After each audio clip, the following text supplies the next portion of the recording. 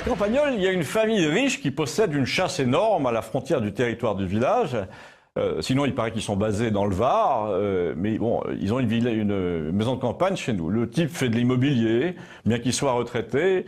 Enfin, jusque-là, ça présente aucun intérêt. Mais un jour, je parle au comptoir avec l'un des membres de cette famille, une femme extrêmement élégante. Vous savez, de cette élégance qui n'a pas besoin de montrer qu'elle a de l'argent, qui aurait même besoin de cacher qu'elle en a.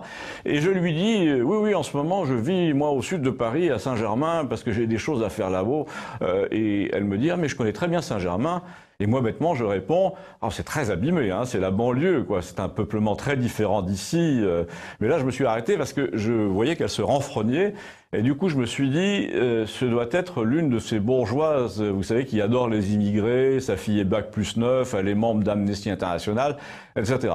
Et dans ces cas-là, vous attendez que la dame s'en aille et vous demandez au patron du café si vous avez gaffé.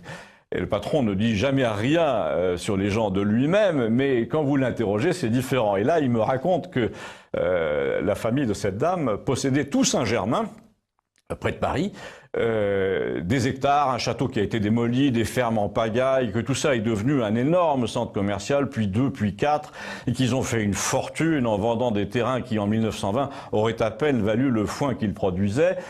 Et là, le hasard, qui a quand même du génie, a fait que le beau-frère de cette dame, que je croise le lendemain devant sa voiture, derrière l'église, me dit « Je fais un dîner samedi, ma belle-sœur voudrait vous connaître ». Bon, évidemment, la belle-sœur, c'était cette femme que je venais de croiser. Elle était encore intriguée parce que je faisais là-haut, dans cette banlieue ex-agricole de Paris, où elle avait grandi en 1950. Donc le samedi, je vais chez eux à Campagnole, une énorme maison, dîner sur une nappe Bordeaux, inox, pierre apparente, le tout dans une tradition très campagne.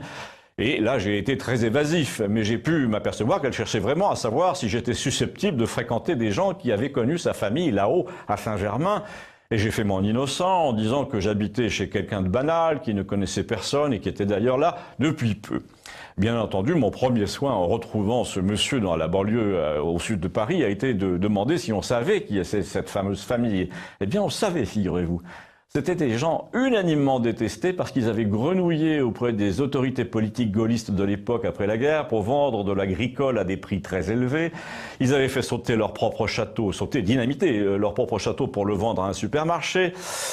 Ils avaient causé la dévastation de centaines d'hectares plantés de HLM. Ils étaient allés s'installer ensuite au bord de la mer du côté de Toulon vers le milieu des années 70 dans une grosse villa. Chacune de leurs belles filles était allée séjourner aux États-Unis à peine enceinte pour accoucher là-bas et pour que les enfants puissent devenir américains. Et l'un des gendres était très connu. Il était député depuis 20 ans. On m'a cité le nom, il était connu en effet pour écrire des livres béats d'admiration sur la démocratie et l'économie américaine, et le dernier était une ode à Hillary Clinton. Vous attendez sans doute une conclusion de ma part, mais là je vous la laisse. Vous pouvez aussi me l'écrire ici, merci.